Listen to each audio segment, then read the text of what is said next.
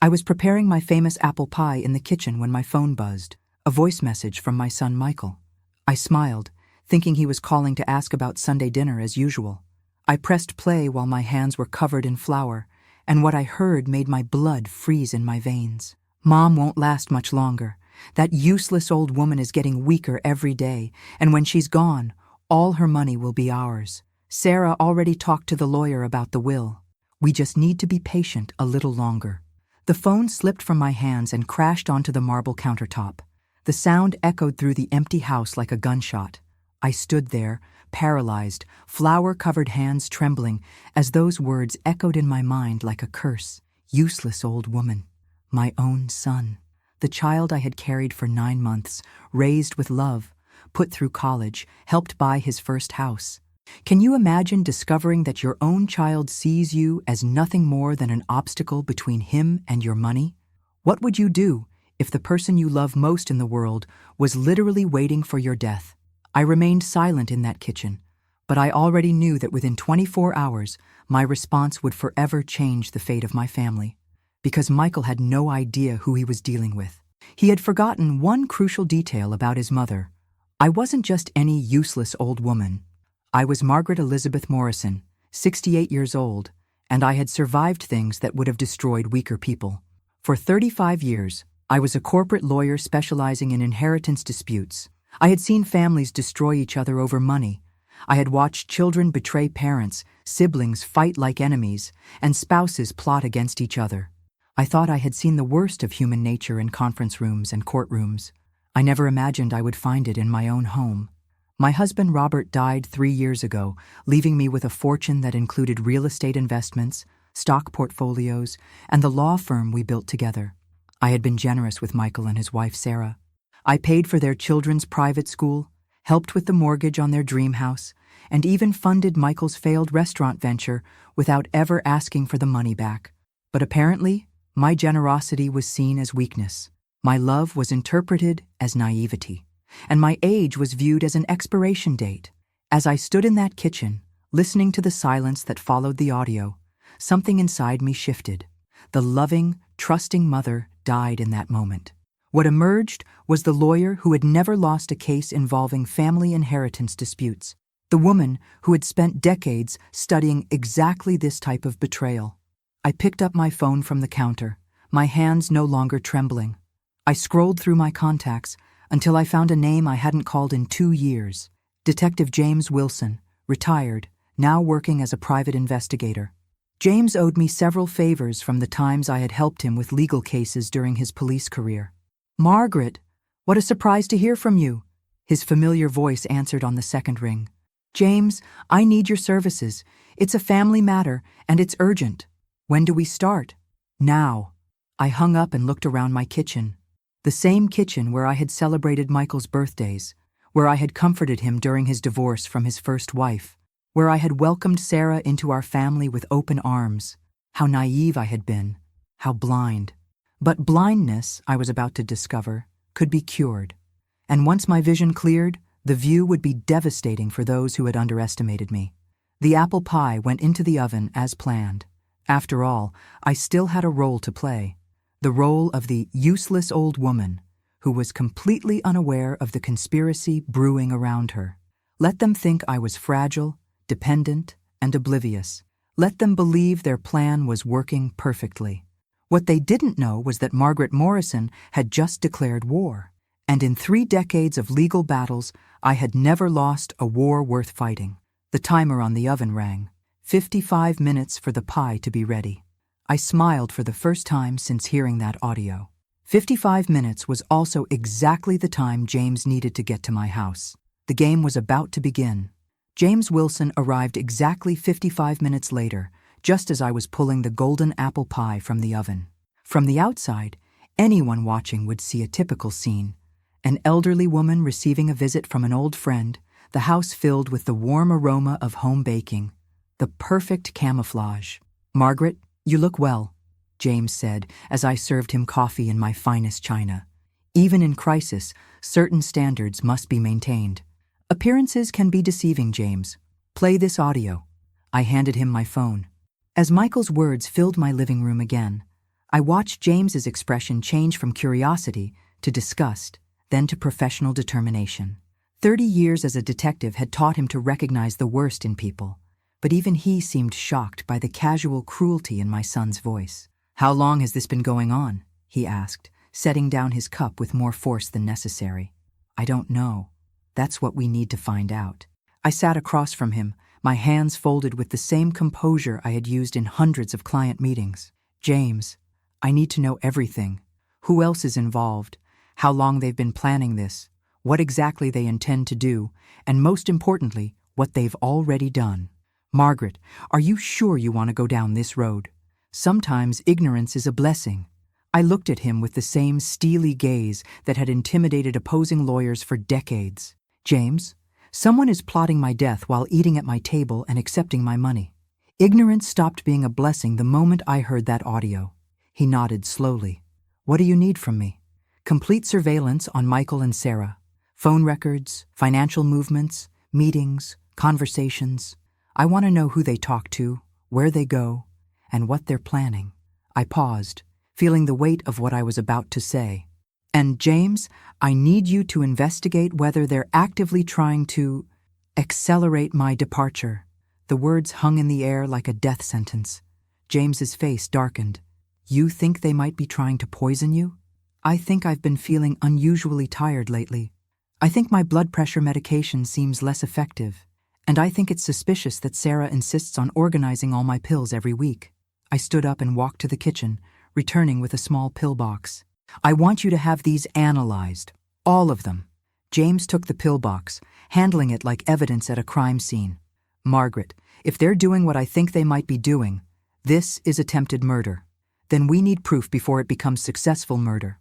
For the next 2 hours, we planned the investigation like a military operation. James would install hidden cameras in strategic locations around my house. He would tap into phone records and track their financial activities. Most importantly, he would follow them to discover the full extent of their network. "There's something else, James. Michael mentioned that Sarah had already talked to the lawyer about the will. I need to know which lawyer and what exactly they discussed."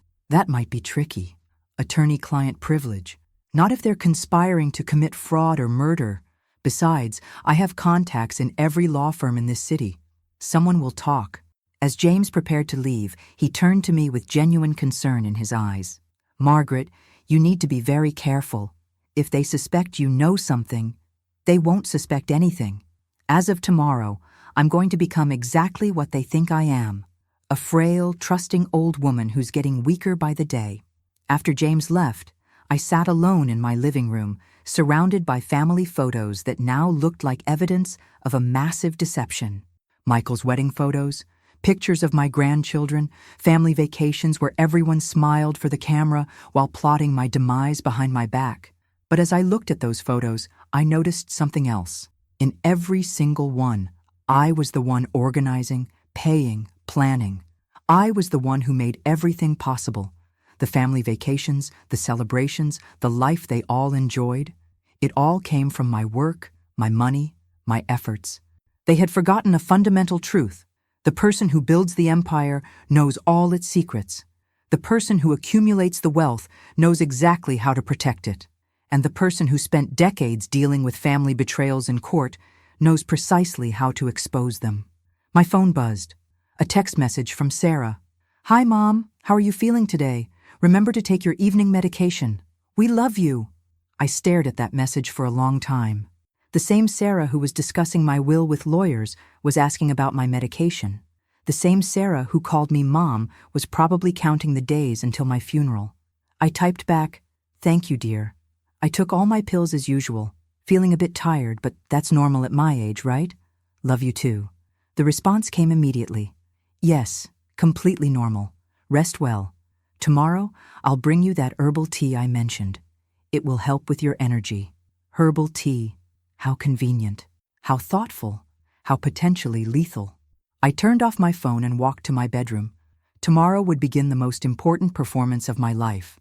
I would need to be convincing as the declining old woman while simultaneously conducting the most complex investigation of my career. But tonight, for the first time in 3 years since Robert's death, I felt truly alive. because Margaret Morrison was back in action, and she had never lost a case that mattered. In the darkness of my room, I smiled. They wanted to play games with a useless old woman? Perfect. Let them discover what happens when that old woman is actually a predator in disguise. The hunt had officially begun. The next morning, I woke up with a clarity I hadn't felt in months. Perhaps it was because I had finally stopped taking the vitamins Sarah had been so kindly providing me every week. Vitamins that, I now suspected, were designed to make me increasingly lethargic and confused. I put on my favorite floral dress, the one that made me look particularly grandmotherly, and applied just enough makeup to appear tired, but not suspicious. The performance of my lifetime was about to begin.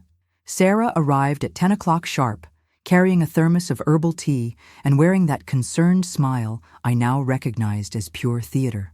"Good morning, Mom. You look tired. Did you sleep well?" "Oh, you know how it is at my age, dear. Some nights are harder than others."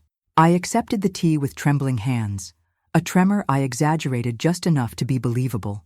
"This smells wonderful. What's in it?" "Just herbs that are good for energy and sleep. My friend Lisa gave me the recipe. She swears it helped her mother feel much better in her final months." Final months. The words hit me like a slap, but I maintained my gentle smile. How thoughtful. Lisa's mother. She passed away recently, didn't she? "Yes, very peacefully, in her sleep." Sarah's tone was almost wistful. The doctor said it was remarkable how quickly she declined after being so healthy. I pretended to drink the tea while discreetly pouring most of it into a plant behind me. "I hope when my time comes, it will be that peaceful too." "Oh, Mom, don't talk like that. You have many years ahead of you." But her eyes said something entirely different. After Sarah left, I immediately called James. "The tea is in a sealed container in my refrigerator. I need it analyzed today. And James, find out everything you can about someone named Lisa and her recently deceased mother." "Already on it. Margaret, I have news. Michael and Sarah met with attorney Richard Hoffman yesterday afternoon." Richard Hoffman. I knew him well, a lawyer who specialized in contested wills and had a reputation for being willing to bend ethical rules for the right price. "What did they discuss?" "I'm working on that. But here's what's interesting. They also met with Dr. Patricia Newman, a geriatrician who specializes in patients with advancing dementia." My blood ran cold. They're building a medical case for my mental incompetence. That's exactly what they're doing. If they can prove you're mentally unfit, they can challenge any changes you make to your will or any legal actions you might take. The brilliance of their plan was becoming clear. They weren't just waiting for my natural death. They were orchestrating my legal death while keeping me physically alive long enough to ensure their financial victory. "There's more, Margaret. I tracked their phone records. Michael has been in contact with someone named David Chen, a real estate appraiser. They had him evaluate your house last week. They appraised my house without my knowledge?" Chen posed as a city inspector checking property values for tax purposes. Very convincing fake ID. I sat down slowly, the full scope of their betrayal washing over me.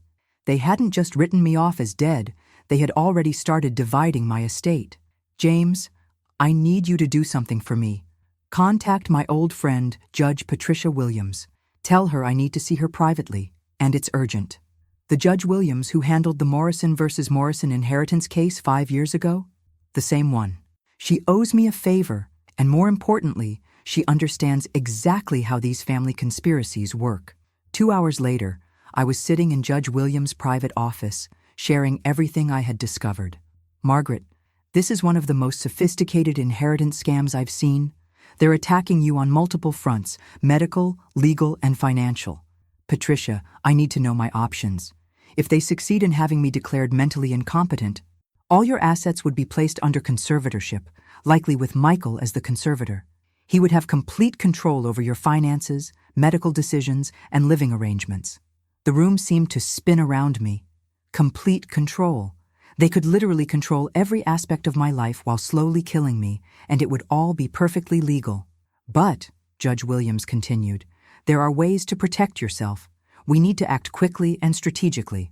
She explained the process of creating an irrevocable trust, the importance of documented mental competency evaluations, and the legal steps necessary to protect my assets from fraudulent claims.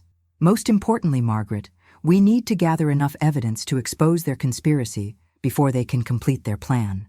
As I drove home, my mind was racing with possibilities.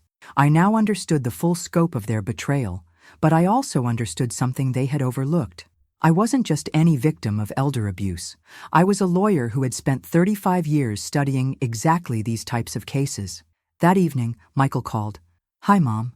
Sarah mentioned you seemed tired today. Are you taking care of yourself?" "Oh, you know me, dear. Some days are harder than others. Sarah brought me the most wonderful tea. It's helping so much. That's great to hear. Listen, I was thinking we should probably schedule you for a checkup with a new doctor. Someone who specializes in, well, people our age." Our age. Michael was 43.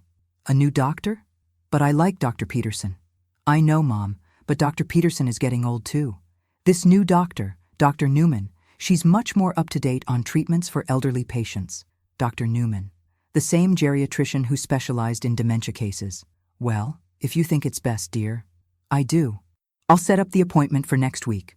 After hanging up, I smiled. They were accelerating their timeline, which meant they were getting sloppy, and sloppy conspirators make mistakes. I opened my laptop and began typing.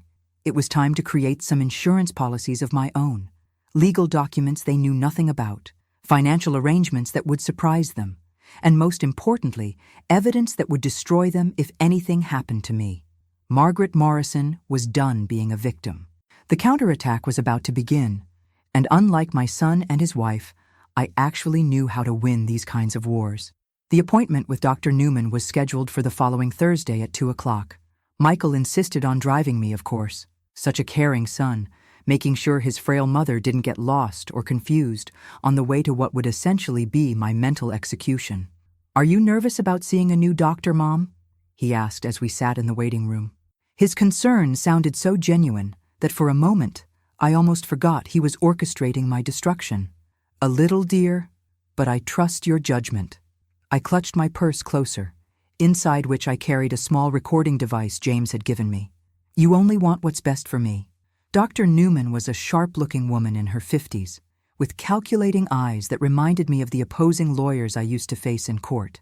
She welcomed us with professional warmth, but I caught the meaningful glance she exchanged with Michael. "Mrs. Morrison, your son has expressed some concerns about your memory and cognitive function lately. Can you tell me how you've been feeling?" The questions came in waves, each one designed to build a case for my mental decline. "Do you ever forget where you put things? Have you had trouble managing your finances? Do you sometimes feel confused about what day it is?" I played my part perfectly, the confused elderly woman who was just aware enough to be worried about her failing mind. "Sometimes I do feel a bit foggy," I admitted, allowing my voice to waver slightly. "Yesterday, I couldn't remember if I had taken my medication." Michael squeezed my hand supportively while Dr. Newman made notes. Such theater. "Mrs. Morrison, I'm going to have you do a few simple cognitive tests. Nothing to worry about, just routine screenings we do for all patients your age." The tests were deliberately designed to be confusing for someone who was genuinely suffering from dementia. Questions with trick answers, memory exercises with impossible time constraints, spatial reasoning puzzles that would challenge even a healthy mind. But I had spent 3 decades dealing with psychological evaluations in legal cases. I knew exactly how to fail these tests in a way that would seem genuine while actually demonstrating my complete awareness of what was happening. "I'm sorry, doctor. I used to be so sharp. I was a lawyer, you know. I handled complex cases." I let my voice trail off, as if the memory was slipping away. "Of course, Mrs. Morrison. These changes are very common at your age." After the appointment, Michael was practically glowing with satisfaction. "Mom, Doctor, Newman wants to see you again next week for some additional tests. She thinks it would be good to monitor your condition closely." "Whatever you think is best, dear." But what neither Michael nor Dr. Newman knew was that every word of our conversation had been recorded. And what they definitely didn't know was that I had arranged for my own medical evaluation the very next day. Dr. Elizabeth Carter was a neuropsychologist I had worked with on numerous legal cases, a woman whose expertise in detecting fraudulent mental health claims was legendary in legal circles. "Margaret, you're as sharp as you were 20 years ago. she said, after putting me through 3 hours of comprehensive cognitive testing. Your memory is excellent, your reasoning skills are superior, and your emotional regulation is perfectly normal for someone your age. Elizabeth, I need you to document everything. Date it, notarize it, and keep copies in 3 separate locations. Are you in legal trouble? Not yet, but I'm about to be. The contrast between the 2 evaluations was stark. Dr. Newman's 15-minute assessment designed to prove incompetence versus Dr. Carter's thorough examination that demonstrated complete mental acuity. That evening, James called with more devastating news. Margaret, I found Lisa Patterson. Her mother, Dorothy Patterson, died 6 months ago at age 71. The death certificate lists natural causes. But here's the interesting part. Dorothy's will was changed 3 weeks before her death, leaving everything to Lisa's husband instead of Lisa herself. Medical records? Dorothy showed rapid cognitive decline in her final 3 months. Same doctor who treated her, Dr. Patricia Newman. The pattern was becoming clear. This wasn't Michael and Sarah's first attempt at elder fraud. They were part of a sophisticated network that specialized in systematically destroying elderly people's lives. James, how many other cases can you find with the same pattern? Dr. Newman, suspicious cognitive decline, changed wills? I'm already looking. Margaret, I think we're dealing with something much bigger than family greed. If you've been following my story, you're probably wondering how a mother could remain calm while discovering that her own child was part of an organized conspiracy to kill elderly people for their money. Let me tell you something about shock. It doesn't always look like screaming and crying. Sometimes it looks like ice-cold determination. The next morning, Sarah called with her usual fake cheerfulness. Hi, Mom. How did your doctor's appointment go yesterday? Oh, it was fine, dear. Though Dr. Newman seemed concerned about my memory, she wants to see me again next week. That's probably wise. Michael and I have been worried about you too. In fact, we think it might be time to discuss some practical matters. You know, making sure your affairs are in order while you still can. The pretense was dropping away bit by bit. What kind of affairs, Sarah? Well, your will, your finances. Maybe even considering a living situation that would be safer for you. There are some lovely assisted living facilities that specialize in people with your condition. My condition. 6 months ago, Sarah was calling me the sharpest woman she knew. Now I apparently had a condition that required institutional care.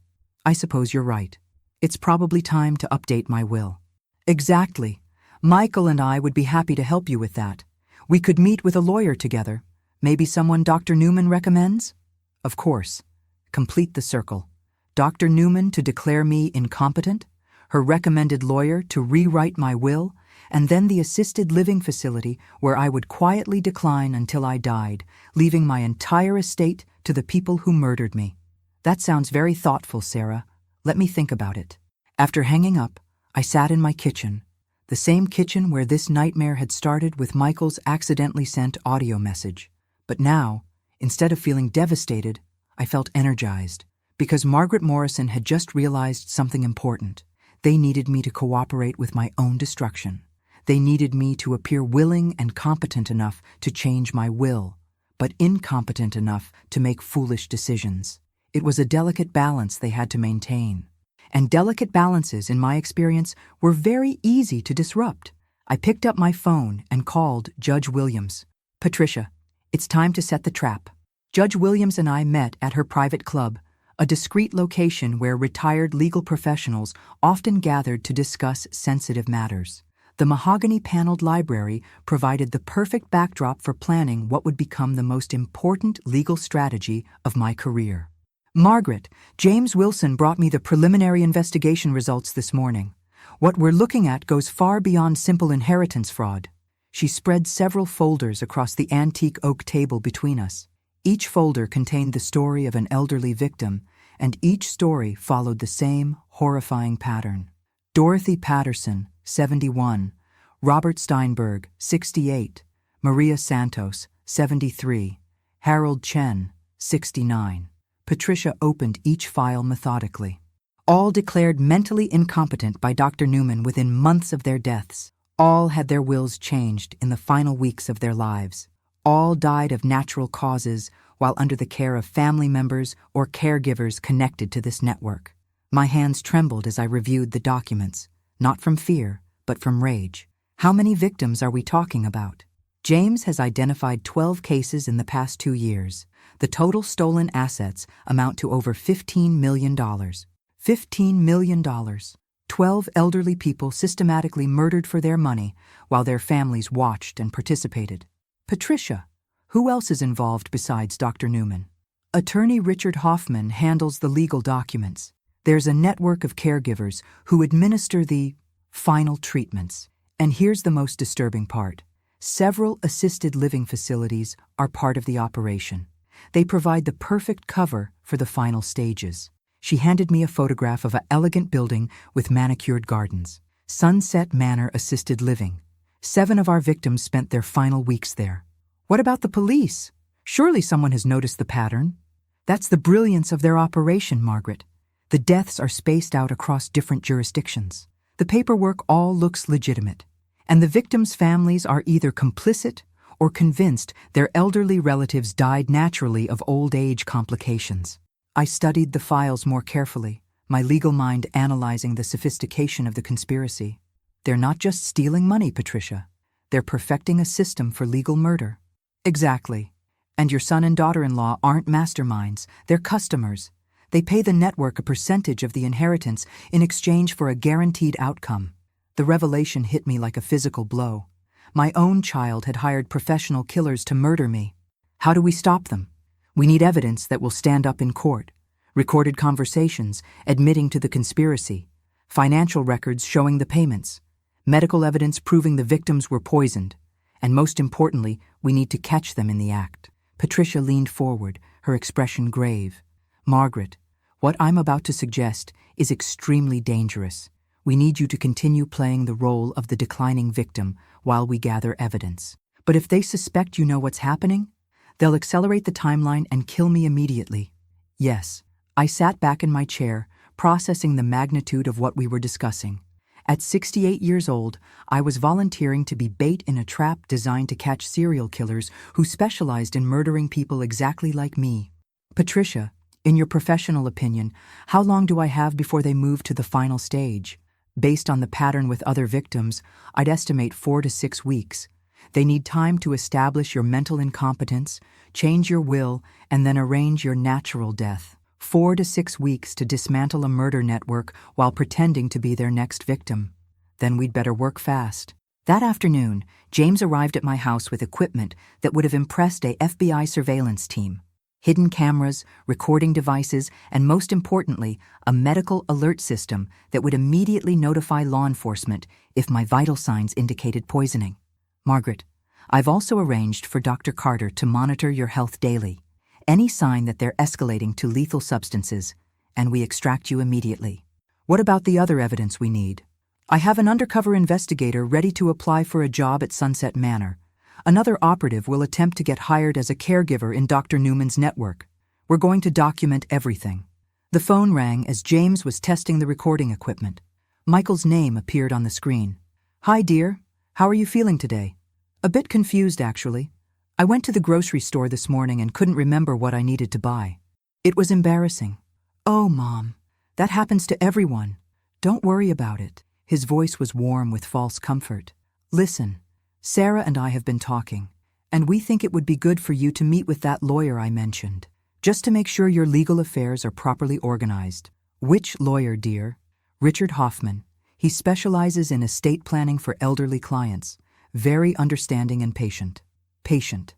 Code for willing to manipulate confused elderly people into signing documents that would steal their life savings. When would this meeting be?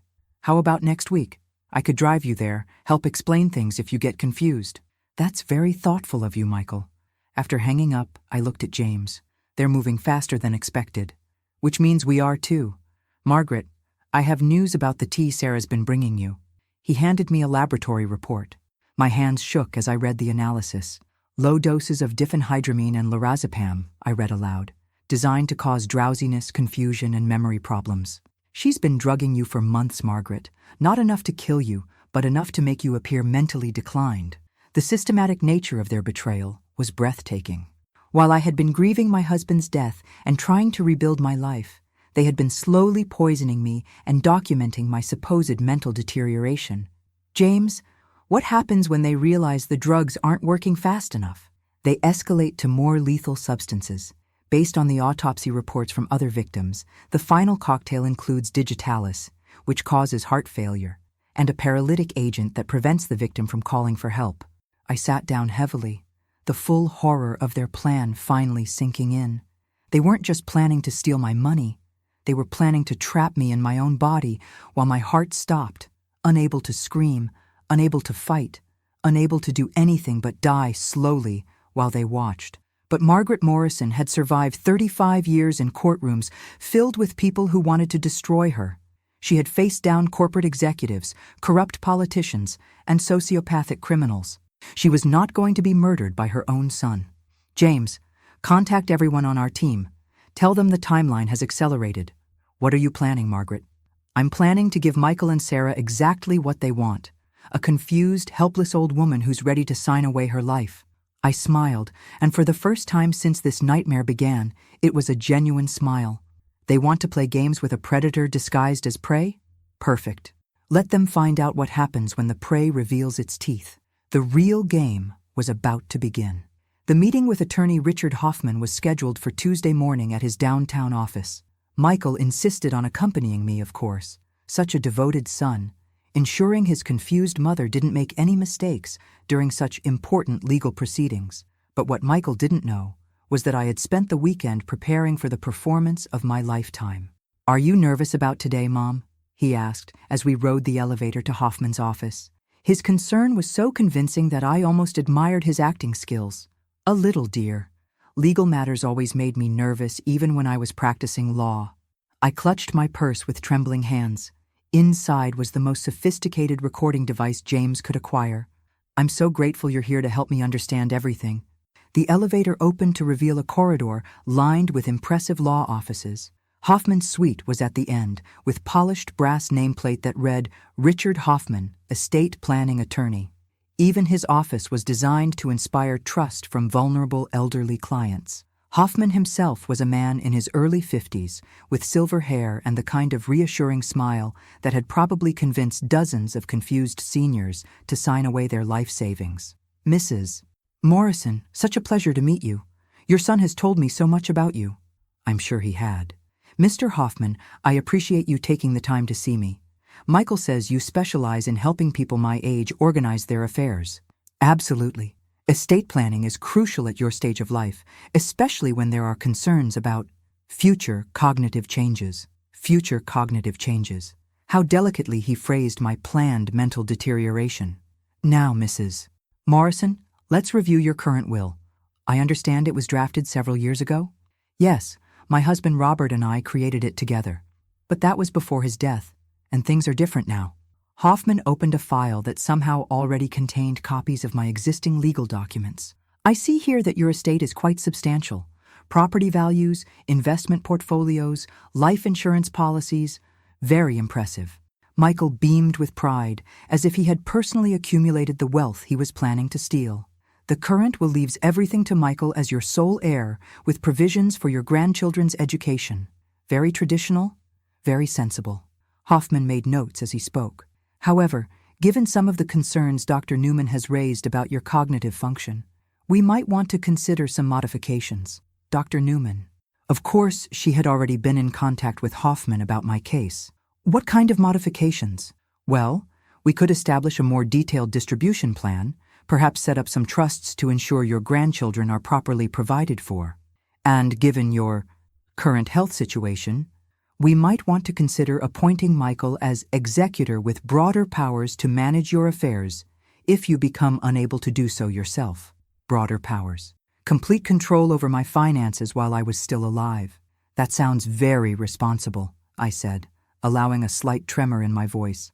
"I do worry about becoming a burden on Michael and Sarah." "Mom, you could never be a burden," Michael said, squeezing my hand with Oscar-worthy tenderness. "We just want to make sure you're taken care of properly." Taken care of properly. Such caring words from someone planning my murder. "Now, Mrs. Morrison, There's one other matter we should discuss, Hoffman continued.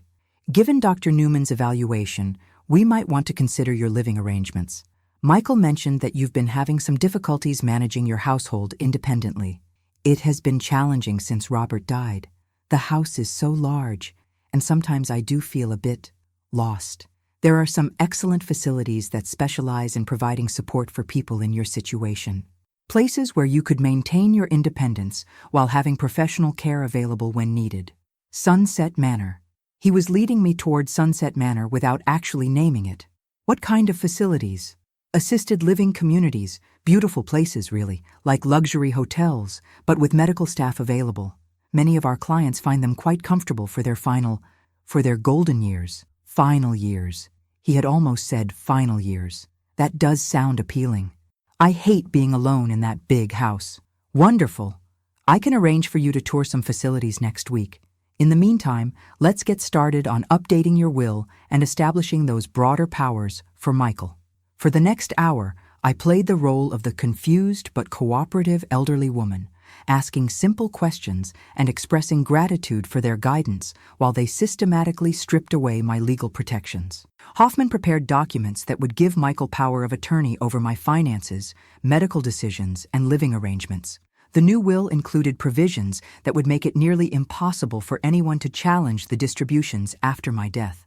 Most cleverly, there were clauses that would automatically transfer additional assets to Michael if I were declared mentally incompetent, or if I died within a certain time frame. They had thought of everything. Mrs. Morrison, you don't need to sign anything today.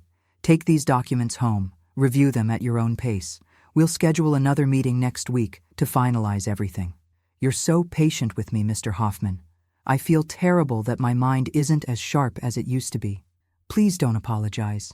This is exactly why we're here, to help families navigate these difficult transitions with dignity and care. Dignity and care. The man was describing my systematic destruction as if he were offering humanitarian aid. As Michael and I left the office, he was practically euphoric.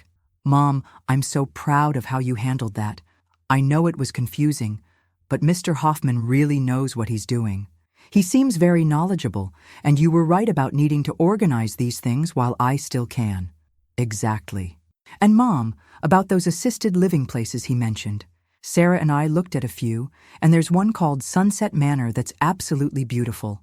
Maybe we could visit it this weekend? Sunset Manor. Right on schedule. That sounds lovely, dear. I trust your judgment completely. That evening, James reviewed the recordings from the meeting while I sat in my kitchen, feeling emotionally drained from 3 hours of pretending to be mentally diminished. Margaret, this is perfect evidence. Hoffman's language makes it clear they're targeting you specifically because of your supposed cognitive decline. And the way he structured those legal documents, it's a masterpiece of elder fraud. What about the assisted living facility visit? That's when we'll need to be most careful. Once you're inside Sunset Manor, even for a tour, you'll be on their territory. If they decide to accelerate the timeline, I'll be trapped. Exactly. But it's also our best opportunity to gather evidence about how they operate inside the facility. James handed me a small device that looked like a hearing aid. This transmits your location and vital signs in real time. If anything goes wrong during that visit, we'll have law enforcement there within minutes. I took the device, marveling at how my life had transformed from peaceful retirement to undercover investigation in just 2 weeks. James, what if we can't gather enough evidence in time? What if they move faster than we expect? Then we extract you immediately and work with what we have. Margaret, I need you to promise me something. If you feel like you're in immediate danger, even if it compromises the investigation, you signal for help. This conspiracy isn't worth your life. I nodded. But we both knew the truth. I was the only person positioned to bring down a network that had already murdered 12 elderly people and would continue murdering more if we failed. James, what about the other families? The children and spouses who hired this network to kill their elderly relatives? Once we have enough evidence on your case, we'll work with the district attorney to bring charges against everyone involved. The conspirators, the medical professionals, the lawyers, the facility operators, and yes, all the family members who paid for murder, including my own son. That night, as I lay in bed staring at the ceiling, I thought about the Michael I had raised, the little boy who used to crawl into my bed during thunderstorms, who cried when his goldfish died, who called me his best friend until he was 12 years old. When had that child become a man capable of hiring people to murder his own mother? But more importantly, when had that mother become strong enough to ensure he would face justice for what he had done? Tomorrow, the tour of Sunset Manor would begin the final phase of their plan. It would also begin the final phase of mine. Saturday morning arrived with the kind of crisp autumn air that should have made me feel alive and hopeful. Instead, I was preparing to walk into what I now knew was essentially a murder facility disguised as a luxury retirement community. Michael and Sarah arrived promptly at 10 o'clock, both dressed in their most respectable outfits, the loving family members concerned about their elderly matriarch's welfare. "You look lovely today, Mom," Sarah said, helping me with my coat. "I think you're really going to like Sunset Manor. It's such a peaceful place." Peaceful. An interesting word choice for a location where elderly people went to die under suspicious circumstances. "I'm a bit nervous," I admitted, adjusting the hidden recording device disguised as a brooch on my lapel. "It feels so final, looking at places like this." "It's not final at all," Michael assured me. "Think of it as a new beginning, a place where you can make friends your own age and have professional help when you need it." Professional help. Like the kind that had helped 12 other elderly people transition from life to death. The drive to Sunset Manor took us through some of the most affluent neighborhoods in the city. The facility itself was stunning, a sprawling complex of brick buildings surrounded by meticulously maintained gardens, walking paths, and even a small lake with a fountain. "It really is beautiful," I said, and I meant it. If you were going to murder elderly people for their money, this was certainly an elegant place to do it. We were greeted at the main entrance by a woman in her 40s with perfectly styled blonde hair and a smile so practiced it probably had its own insurance policy. "You must be Mrs. Morrison. I'm Jennifer Walsh, the director of admissions. We're so excited to show you around today." Jennifer's handshake was firm, her eye contact steady, and her voice filled with exactly the right blend of professionalism and warmth. She was very good at her job, which I now understood was facilitating murder. "Mrs. Morrison, your family has told me so much about you. A retired attorney. How fascinating. We have several residents with professional backgrounds similar to yours." Had, past tense. How many of those professionally successful residents were still alive? "I'd love to meet some of them," I said. "Of course, though I should mention that several of our most distinguished residents have passed away recently. Natural causes, of course. That's simply the reality of our demographic. But the community they built here continues to thrive." Natural causes. The perfect cover story. Jennifer led us through corridors lined with expensive artwork and furnished with antiques that would have been at home in a luxury hotel. Everything was designed to project wealth, stability, and refinement. "Here's our main dining room," she announced, opening double doors to reveal a space that could have hosted a state dinner. "All meals are prepared by our executive chef, who specializes in nutrition for seniors." I wondered what kind of special nutrition had been prepared for Dorothy Patterson and the other victims. "And this is our medical wing," Jennifer continued, her voice taking on a more serious tone. "We have a full-time physician on staff, Dr. Patricia Newman, who specializes in geriatric care." Of course Dr. Newman worked here. The woman who had tried to diagnose me with dementia after a 15-minute evaluation was the facility's primary medical authority. "Dr. Newman has such a wonderful way with our residents," Sarah added. "She really understands the unique challenges people face at this stage of life. Unique challenges like resisting poisoning and avoiding fraudulent medical diagnoses." "Would it be possible to meet Dr. Newman today?" I asked. "Unfortunately, she's attending a medical conference this weekend, but she'll be back next week if you decide to move forward with admission." How convenient. They wanted to complete the sales process before I had another encounter with the woman who was supposed to provide the medical justification for my murder. Jennifer showed us the library, the activity rooms, the spa facilities, and finally, the residential suites. Each apartment was beautifully appointed, with full kitchens, spacious living areas, and balconies overlooking the gardens. This particular suite just became available, Jennifer said, opening the door to a corner unit with panoramic views. The previous resident, Mrs. Patterson, lived here for 6 months and absolutely loved it. Mrs. Patterson, Dorothy Patterson, the woman whose daughter Lisa had provided Sarah with the herbal tea recipe. What happened to Mrs. Patterson? I asked innocently. She passed away peacefully in her sleep about 2 months ago. Heart failure, very common at her age, but she was so happy here, right up until the end. I walked to the balcony and looked out over the gardens, imagining Dorothy Patterson standing in this same spot, unaware that she was living in the final chapter of her life while people who claimed to care about her systematically destroyed her mind and body. It's lovely, I said, very peaceful. Mrs. Morrison, if you're interested in this suite, I should mention that we do have a waiting list, but given your particular situation and the recommendation from Dr. Newman, we could expedite the process. My particular situation, my planned murder. What would the timeline look like? We could have you moved in within 2 weeks. Our staff would handle all the logistics, packing, transportation, even helping you adjust your financial arrangements to accommodate the monthly fees. Financial arrangements. The process of transferring my assets into their control. The monthly fees, Michael asked. How are those typically handled? Most families find it easier to establish automatic payments from the residents' investment accounts. Our financial coordinator, who works closely with several estate planning attorneys in the area, can help set up those arrangements. Estate planning attorneys like Richard Hoffman. That sounds very convenient, I said.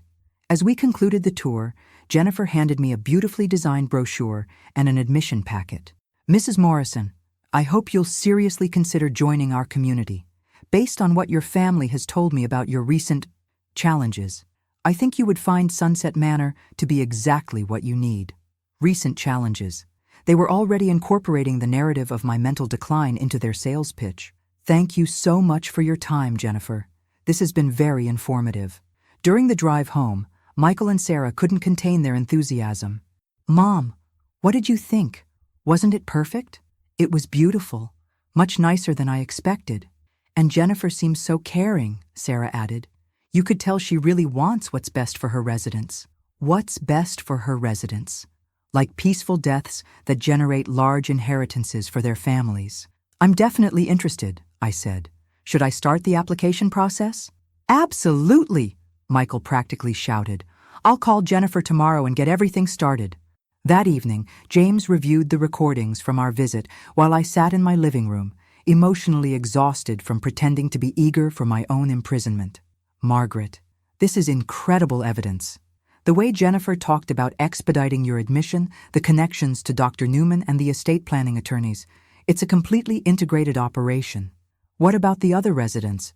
Are we going to be able to protect them? I have an update on that. Our undercover investigator got hired as a night shift aide at Sunset Manor.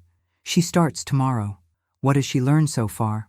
The facility has 43 residents. In the past 18 months, 17 have died. For a facility that markets itself to relatively healthy, affluent seniors, that's an extraordinarily high mortality rate. 17 deaths. Not 12 victims as we had originally thought. 17 elderly people murdered while their families watched and profited. James, we need to move faster. Every day we delay, more people die. I know. But Margaret, we're almost there. Once our investigator is inside the facility and once you complete the admission process, we'll have enough evidence to bring down the entire network. I looked around my living room, the same room where I had learned of my son's betrayal, where I had planned my investigation, where I had transformed from victim to hunter. How much longer do I have to pretend to be helpless? 1 more week, maybe 2 at the most. 1 more week of playing the confused elderly woman while my son and daughter-in-law finalized plans to murder me.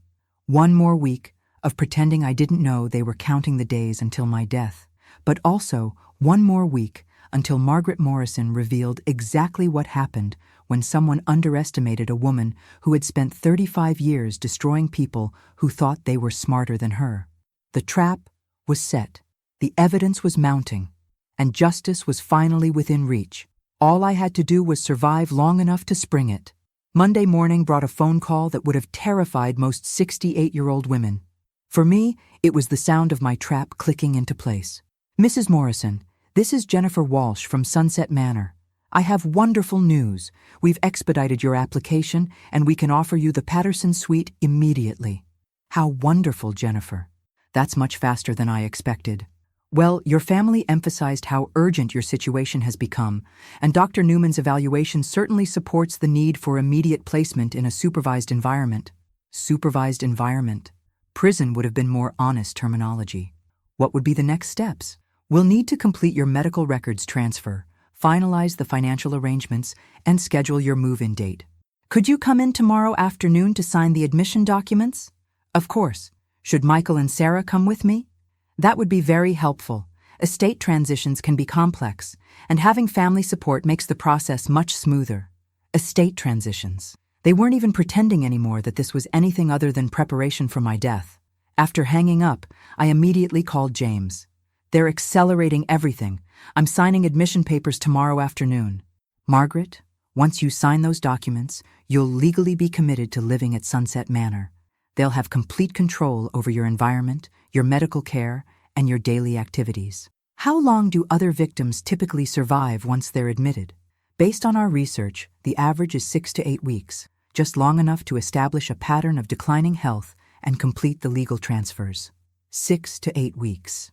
Dorothy Patterson had lasted 6 months, but that might have been because she was more resistant to whatever they were using to kill their residents. James, what has our undercover investigator discovered?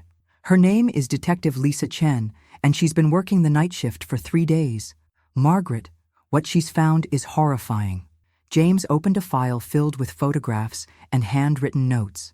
The facility maintains 2 sets of medical records for certain residents. The official records show standard geriatric care. The unofficial records document a systematic program of medication adjustments designed to cause cognitive decline and organ failure. What kind of medications? Combinations of psychiatric drugs that cause confusion and depression, diuretics that lead to dehydration and kidney problems, blood pressure medications that cause dangerous drops in blood pressure, especially at night. I felt physically sick imagining elderly people lying in their beds, confused and frightened, while their bodies were systematically poisoned by people they trusted. How are the families involved? That's the most disgusting part. The families meet regularly with Dr. Newman to discuss their relatives' declining condition. They're kept informed about the progression of symptoms and the expected timeline for resolution. They're given updates on the murder schedule. Exactly. And Margaret, there's something else. Detective Chen overheard a conversation between Dr. Newman and Jennifer Walsh about you specifically. My blood ran cold. What did they say? Dr. Newman said your case was particularly important because your estate is so large. She told Jennifer that they needed to be especially careful with your medical management to avoid any complications that might trigger an investigation. Complications meaning they need to kill me more carefully because my death will draw more attention.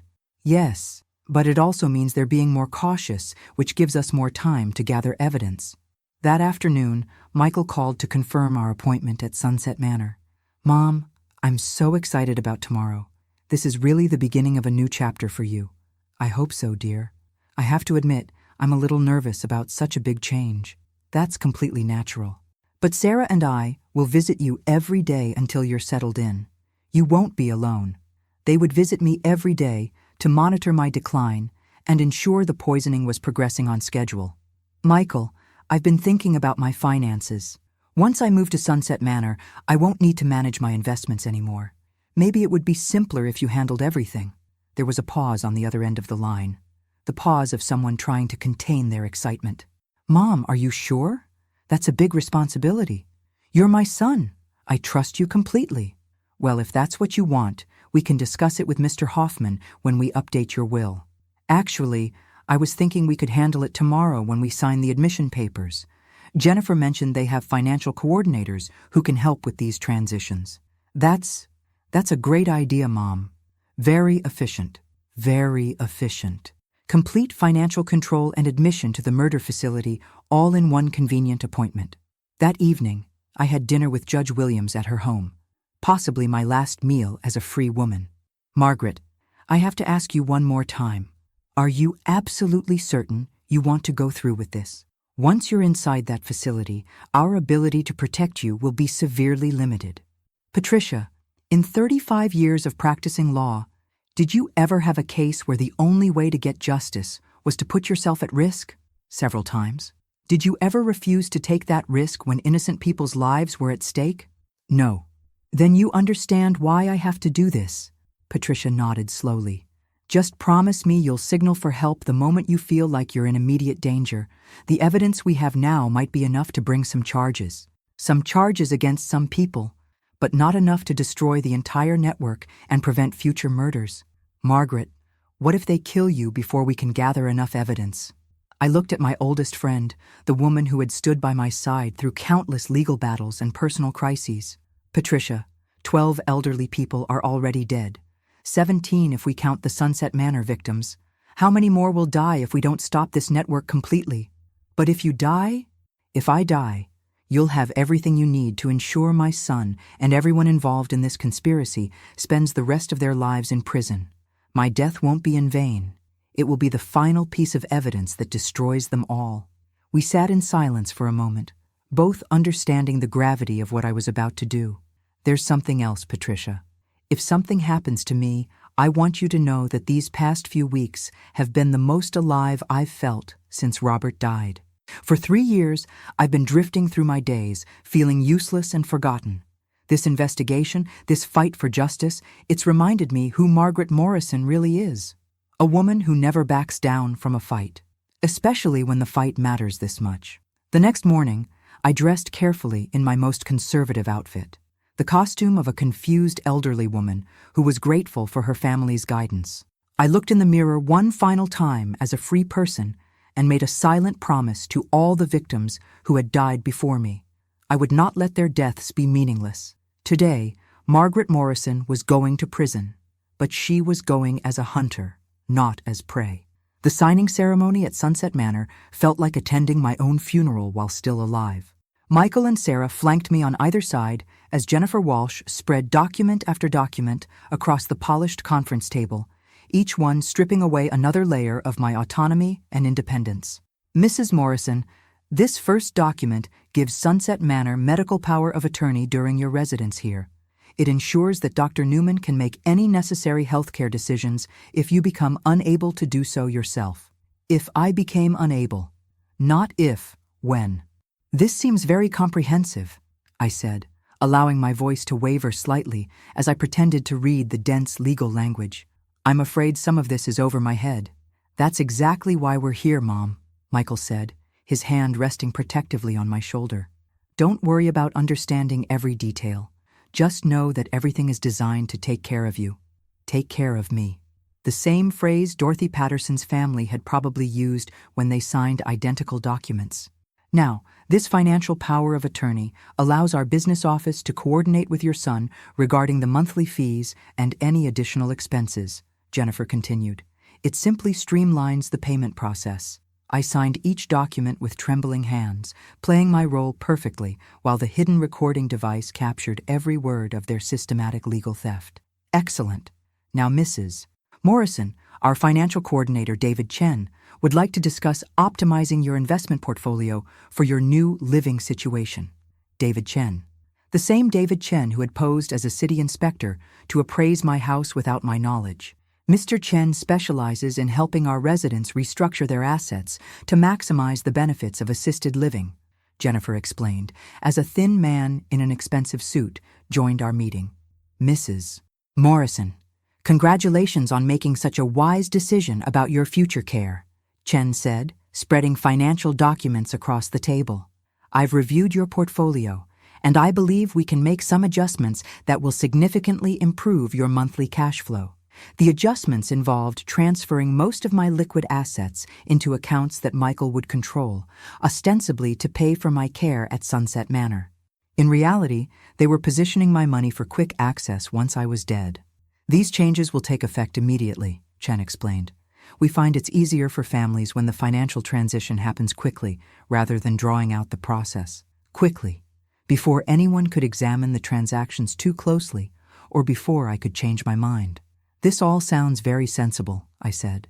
I'm so grateful to have people who understand these complicated matters. After 2 hours of signing away my life, Jennifer handed me an elegant key card. Welcome to Sunset Manor, Mrs. Morrison. Your suite is ready, and our staff is excited to help you settle in. When would you like to move in? Sarah asked, though her eagerness made it clear this was not really a question. Well, there's no point in delaying, is there? Perhaps this weekend? Actually, Jennifer interjected, given some of the concerns Dr. Newman mentioned about your safety living alone, we'd recommend moving in as soon as possible. Perhaps even tonight. Tonight. They wanted me trapped in their facility immediately. That seems rather sudden. Mom, it really would be safer, Michael urged. What if you fell at home or forgot to turn off the stove? At least here there's always someone available to help. Someone available to help me die on schedule. I suppose you're right, but I haven't packed anything. Don't worry about that, Sarah said quickly. We can bring your clothes and personal items tomorrow. Tonight, just bring whatever you need for one evening, and the staff can provide anything else. They wanted me in the facility before I could have second thoughts or change my mind, before I could consult with other lawyers or family members who might question the sudden decision. All right then, tonight it is. 3 hours later, I stood in the Patterson suite at Sunset Manor, looking out the same window where Dorothy Patterson had probably watched the sunset on her final days. Michael and Sarah had left after helping me settle in, promising to return the next day with more of my belongings. Mrs. Morrison, came a soft voice from the doorway. I turned to see a young woman in nursing scrubs with kind eyes and a warm smile. I'm Amanda, your evening aide. I'll be helping you with anything you need during the night shift. Amanda. Detective Lisa Chen's undercover identity. How lovely to meet you, Amanda. I have to admit, I'm a bit nervous about my first night here. That's completely normal. Most residents feel anxious initially, but you'll find that our staff is here to make your transition as comfortable as possible. She handed me a small cup containing several pills. These are your evening medications, Mrs. Morrison. Dr. Newman prescribed them to help with your sleep and to manage some of the anxiety you mentioned during your evaluation. I stared at the pills, knowing that taking them would begin the process of my systematic poisoning, but also knowing that refusing them would immediately expose me as someone who understood what was happening. What exactly are they for? Just some mild sleep aids and supplements to help with your memory and cognitive function. Nothing to worry about. Memory and cognitive function. The beginning of the chemical assault on my mind. Amanda, I've always been sensitive to medications. Is it possible to start with just half doses until I see how I react? It was a reasonable request from someone genuinely concerned about side effects, and it would reduce the amount of poison entering my system. Of course. Let me check with Dr. Newman about adjusting your dosages. She left the room, giving me a moment to examine the pills more closely. The hidden camera in my brooch was recording everything, but I also needed to preserve samples for later analysis. I carefully broke each pill in half, swallowing one half and hiding the other halves in a tissue that I tucked into my jewelry box. When Amanda returned, I was sitting on my bed, looking appropriately confused and vulnerable. Dr. Newman says half doses are fine for the first few days, she reported. She wants to make sure you're comfortable. Comfortable while they slowly killed me. Thank you, dear. Everyone here is so thoughtful. Mrs. Morrison, is there anything else you need before I continue my rounds? Some tea, perhaps? Many residents find chamomile tea helpful for sleeping in a new environment. Tea. Like the herbal tea Sarah had been bringing me for months. That sounds lovely. Amanda returned with a steaming cup that smelled like flowers and tasted like honey. I sipped it slowly while she adjusted my pillows and turned down the lights. Sleep well, Mrs. Morrison. I'll check on you periodically throughout the night. After she left, I sat in the darkness of my new prison, listening to the sounds of Sunset Manor at night, soft footsteps in the corridors, the distant sound of medical equipment, the occasional cry or moan from other residents. How many of those sounds came from people who were dying without understanding why? How many residents lay in beds similar to mine, confused and frightened as their bodies slowly shut down from systematic poisoning? My phone buzzed with a text message from Michael. Hope your first night is comfortable, Mom. Sarah and I are so proud of you for making this decision. Sleep well. Tomorrow is the beginning of your new life. New life. He meant the beginning of my death. I typed back, "Thank you, dear. Everyone here is taking such good care of me. I can already tell this was the right decision." But as I prepared for bed in Dorothy Patterson's former suite, I wasn't thinking about dying. I was thinking about the evidence we were gathering, the justice we would serve, and the lives we would save by exposing this network of killers. Margaret Morrison had entered Sunset Manor as bait in a trap. Tomorrow, she would begin the most dangerous investigation of her career. And somewhere in this facility, Detective Lisa Chen was documenting everything we would need to destroy the people who thought they could murder elderly citizens with impunity. The first night of my imprisonment was ending. The first day of their reckoning was about to begin. I woke up at 3 a.m. feeling groggy and disoriented, the first obvious effects of whatever they had put in my evening medications and tea. My mouth was dry, my head felt heavy, and for a moment, I genuinely couldn't remember where I was. This was how it started. The systematic destruction of my mind and body, carefully calibrated to appear like natural aging rather than deliberate poisoning. Mrs. Morrison? Are you all right? Amanda appeared in my doorway, carrying a small flashlight. I heard you moving around. I'm fine, dear. Just needed to use the bathroom. I feel a bit fuzzy. That's normal after your first night. Your body is adjusting to the new environment and the medications. Dr. Newman said you might experience some initial disorientation. Dr. Newman had predicted my disorientation because she had caused it. Amanda, could I have some water? My mouth is terribly dry. Of course. That's also a common side effect of the sleep medication. She brought me a glass of water that tasted slightly metallic, probably additional medications dissolved into what should have been a simple drink of water. Try to get some more sleep, Mrs. Morrison. Morning will be here before you know it. After she left, I forced myself to stay awake, despite the powerful urge to sink back into unconsciousness. I needed to document everything while my mind was still clear enough to remember details. Using the dim light from my phone, I made notes about the timeline of symptoms, the taste of the water, and Amanda's responses to my questions. Everything was being recorded by the hidden devices, but I wanted my own written record as backup. By morning, I felt like I had aged 10 years overnight. My hands were shakier, my thinking was slower, and I had trouble remembering simple things like which drawer contained my clothes. "Good morning, Mrs. Morrison," a cheerful voice announced as my door opened. "I'm Patricia, your daytime aide. How did you sleep?" Patricia was a woman in her 50s with the kind of aggressively pleasant demeanor that felt performative rather than genuine. "Not very well, I'm afraid. I feel quite confused this morning." "Oh, that's perfectly normal. Most residents experience some adjustment challenges during their first few days. Dr. Newman will be by to see you this morning, and I'm sure she can prescribe something to help you feel more comfortable." More medications. The solution to drug-induced confusion was apparently more drugs. "Now let's get you ready for breakfast. The dining room is lovely, and you'll have a chance to meet some of your neighbors." As Patricia helped me dress, assistance I didn't actually need but was expected to accept, she kept up a steady stream of conversation about how wonderful life at Sunset Manor would be. "You're going to love Mrs. Rodriguez in the suite next door. She's such a sweet lady, though her memory isn't what it used to be. And Mr. Peterson down the hall is a retired banker, very distinguished, though he's been having some health challenges lately." Health challenges. Code for the systematic poisoning process. "How long have Mrs. Rodriguez and Mr. Peterson lived here?" "Mrs. Rodriguez arrived about 2 months ago, and Mr. Peterson has been with us for 6 weeks. They're both adjusting well to our care program."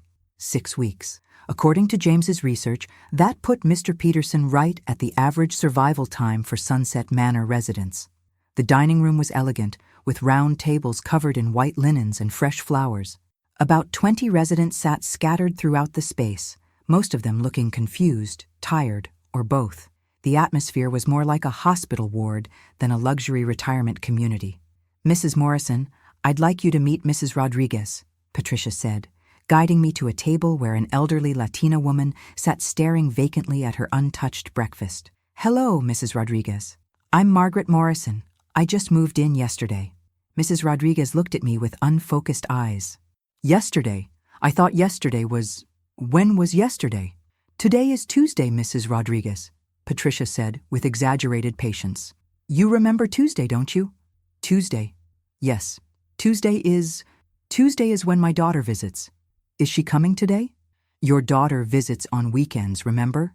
Today you'll have your session with Dr. Newman." Mrs. Rodriguez's face crumpled with confusion and disappointment. "But I thought she was coming today." I watched this interaction with growing horror. Mrs. Rodriguez wasn't naturally confused. She was chemically confused. Her questions were the desperate attempts of someone whose mind was being systematically destroyed to hold on to fragments of reality. "Patricia," I said quietly, "Mrs. Rodriguez seems quite distressed. Is there anything that can help her feel better?" Dr. Newman is adjusting her medication regimen. Sometimes it takes a few tries to find the right combination. The right combination to kill her efficiently while maintaining plausible deniability. After breakfast, I was escorted back to my suite, where Dr. Newman was waiting with a clipboard and that same calculating expression I remembered from our first meeting. "Good morning, Mrs. Morrison. How was your first night with us?" "Confusing, I'm afraid. I felt very disoriented, and this morning I'm having trouble remembering simple things. That's completely expected given your cognitive baseline and the stress of moving to a new environment. I'm going to adjust your medications to help with these symptoms." She made notes on her clipboard while I tried to appear grateful for her concern. "Dr. Newman, will these symptoms get worse over time?" "It's possible, Mrs. Morrison. As we discussed in my office, your condition is likely to progress. Our goal here is to keep you as comfortable and safe as possible during that progression, during my progression toward death. However, I want to assure you that our staff is trained to handle all aspects of declining cognitive function. You'll never be a burden here, and your family can rest easy knowing you're receiving professional care." Professional care. Professional murder. Now, I'm going to prescribe some additional medications to help with your anxiety and sleep disturbances. Patricia will bring them to you this afternoon. More poison disguised as medicine. After Dr. Newman left, I sat alone in my suite, feeling the walls closing in around me. Every person I had met since arriving at Sunset Manor was part of the conspiracy to kill me. The aides, the doctor, the administration, all of them were professional killers who had perfected the art of murder disguised as medical care. But I wasn't their first victim, and I wouldn't be their last unless we stopped them. My phone buzzed with a text from Sarah. "How are you settling in, Mom? Michael and I are bringing some of your things this afternoon. Can't wait to hear about your new home." I typed back, "Everyone is so caring here. I'm already feeling much better knowing I'm in such good hands." Within minutes, Michael called. "Mom, you sound great. Are you having a good experience?" "Oh yes, dear. Dr. Newman is adjusting my medications, and the staff is so attentive. I think this was exactly the right decision. I'm so relieved. Sarah and I have been worried about you living alone, especially with your memory issues getting worse."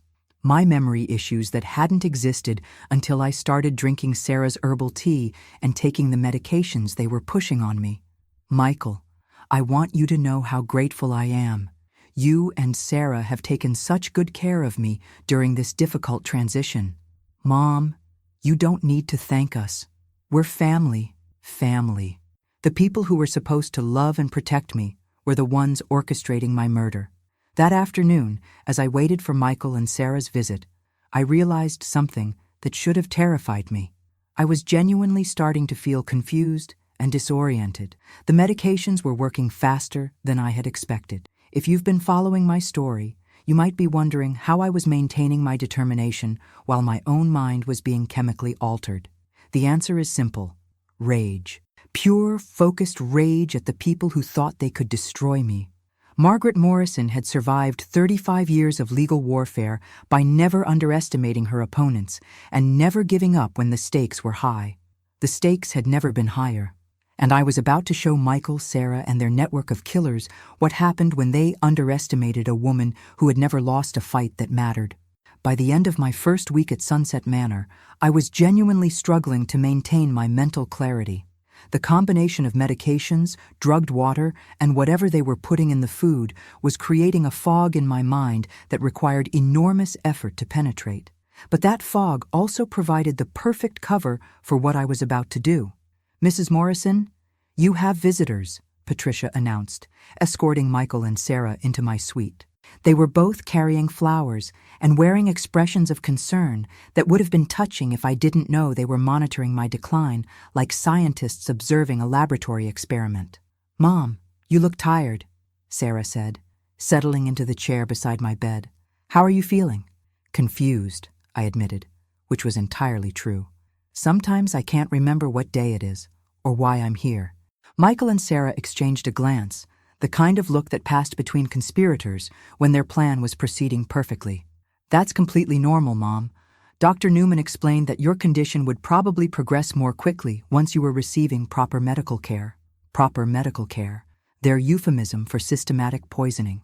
Michael, sometimes I have moments where my mind feels clearer, and I worry that I made the wrong decision coming here. Oh, Mom, those are just false moments of clarity. Dr. Newman warned us about that. Sometimes patients with your condition experience temporary improvements that make them think they're getting better, but it's actually part of the disease progression. Disease progression. They had an explanation for everything, including any signs that I might be recovering or resisting their treatment. I've been having some strange dreams, I continued, watching their faces carefully. Dreams about people talking about my money, about my will. Are you sure my legal affairs are properly organized? Another glance between them, this one tinged with nervousness. Mom, everything is taken care of exactly the way you wanted it, Sarah assured me. Remember? You signed all those papers with Mr. Hoffman, and Michael has power of attorney to handle your finances. You don't need to worry about any of that. Sometimes I wonder if I understood what I was signing. Mom, Michael's voice carried a slight edge of impatience. You were completely coherent when we met with the lawyer. You asked questions, you understood everything, and you made your own decisions. Just because your memory is getting worse now doesn't mean you weren't capable then. He was right, of course. Legally, they had covered their bases perfectly. I had signed those documents while appearing mentally competent, and any later claims of confusion could be attributed to my declining condition. I suppose you're right. It's just that sometimes what, Mom? I looked directly into Michael's eyes, the same eyes that used to look at me with love and trust when he was a child.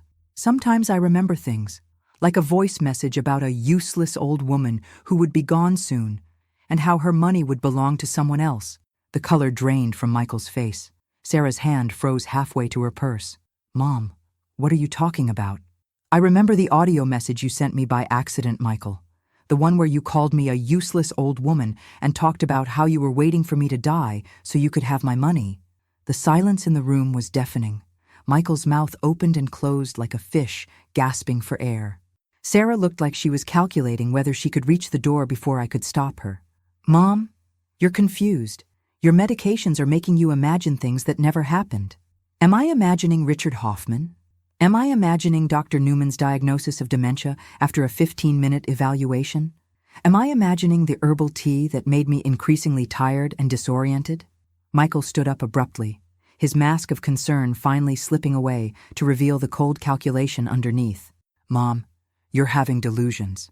This is exactly what Dr. Newman warned us about. Paranoid fantasies are common in patients with your condition. My condition, I repeated slowly. You mean the condition that didn't exist until Sarah started bringing me drugged tea? The condition that conveniently appeared just as you were planning to steal my inheritance? That's enough, Sarah snapped, dropping any pretense of affection. Michael, she's clearly having a psychotic episode. We need to call Dr. Newman immediately. I smiled, the first genuine smile I had felt in weeks. By all means, call Dr. Newman. While you're at it, you might want to call Richard Hoffman and Jennifer Walsh and David Chen. Get the whole conspiracy together for one final meeting. Michael pulled out his phone, but before he could dial, I continued speaking. Or you could save everyone the trouble and just call Detective James Wilson directly. I'm sure he'd love to hear your explanation for the systematic murder of 12 elderly people. The phone slipped from Michael's hand and crashed to the floor. What did you say? I said Detective James Wilson, the private investigator who has been documenting your activities for the past month. The man who has recordings of every conversation, photographs of every meeting, and evidence of every financial transaction connected to this murder network. Sarah backed toward the door, but I held up my hand to stop her. I wouldn't leave just yet, Sarah. Detective Chen, you know her as Amanda, my nighttime aide. She's probably waiting in the corridor with handcuffs. The truth hit them both simultaneously. Sarah's face went white with horror, while Michael's expression shifted from shock to rage. You lying bitch, he snarled, all pretense of filial affection gone. You manipulative lying bitch. I'm the liar? I stood up from my bed, and for the first time in weeks, my mind felt completely clear. I'm the one who's manipulative? Michael, you hired people to murder your own mother. You've been slowly poisoning me for months while pretending to care about my welfare. You don't understand. Do you have any idea how much money you're sitting on while people like us struggle to pay our bills? You were going to die anyway. At least this way, your money would go to family instead of being wasted on medical bills and nursing homes. So you decided to speed up the process. We decided to be practical. Sarah grabbed Michael's arm. Shut up, don't say anything else. But Michael was beyond caring about self-incrimination. Months of careful planning had just been destroyed, and his rage was overriding his survival instincts.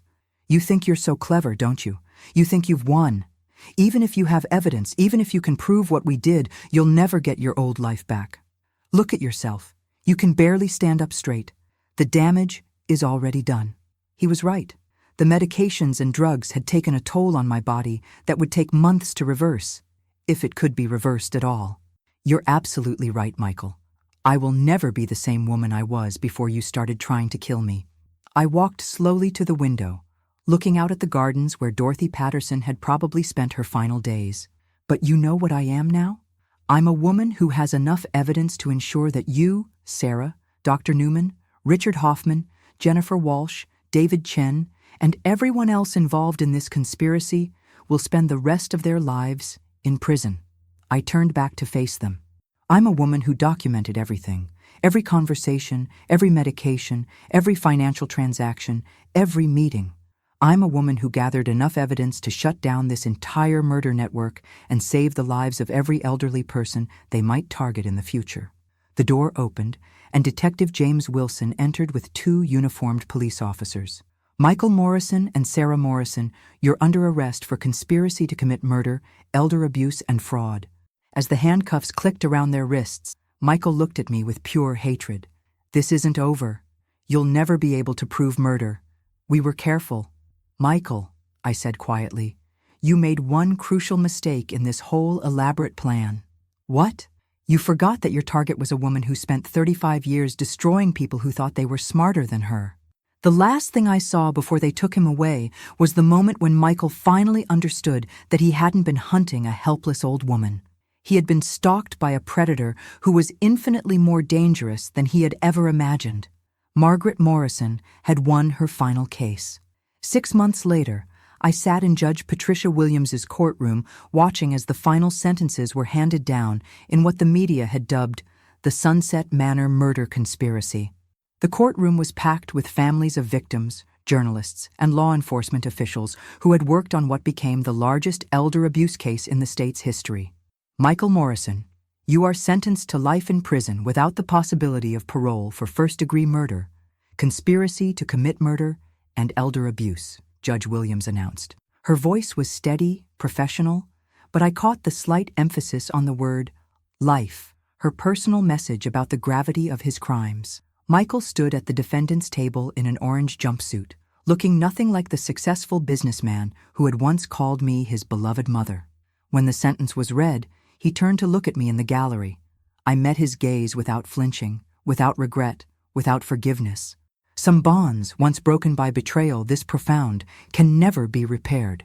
Sarah Morrison, you are sentenced to 25 years to life for second-degree murder, conspiracy, and fraud. Sarah collapsed into sobs as the bailiff approached with handcuffs. Throughout the trial, she had maintained that she was manipulated by Michael, that she didn't understand the full scope of the conspiracy. The jury hadn't believed her. Dr. Patricia Newman received life without parole. Richard Hoffman got 30 years. Jennifer Walsh was sentenced to 20 years. David Chen received 15 years for his role in the financial fraud aspects of the conspiracy. In total, 18 people were convicted in connection with the Sunset Manor murder network.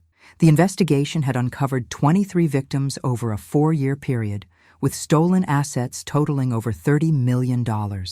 23 elderly people who had been systematically murdered by the people they trusted most. As I watched the final defendant being led away in handcuffs, Detective James Wilson sat down beside me. "How are you feeling, Margaret?" "Justice has a strange taste," I said. Satisfying and bitter at the same time. It was true. I had achieved everything I set out to accomplish.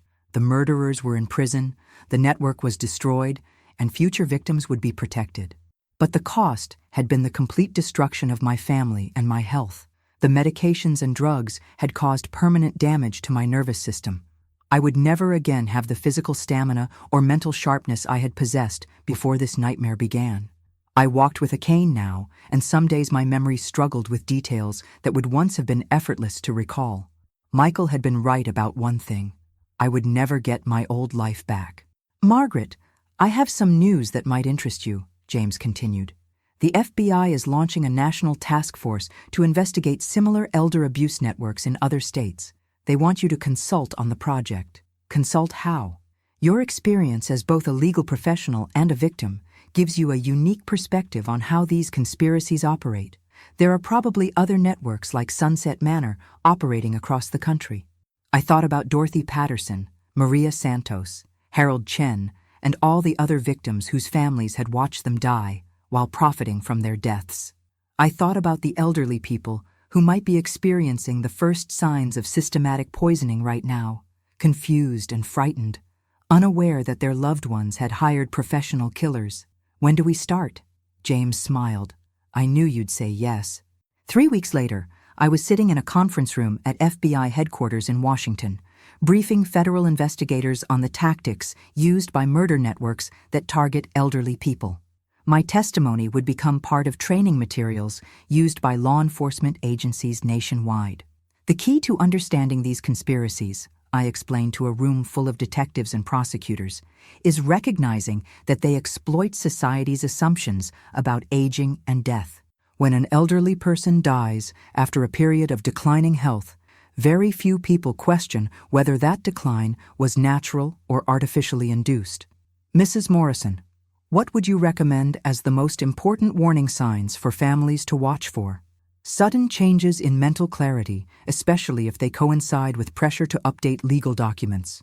New healthcare providers who aren't familiar with the patient's medical history.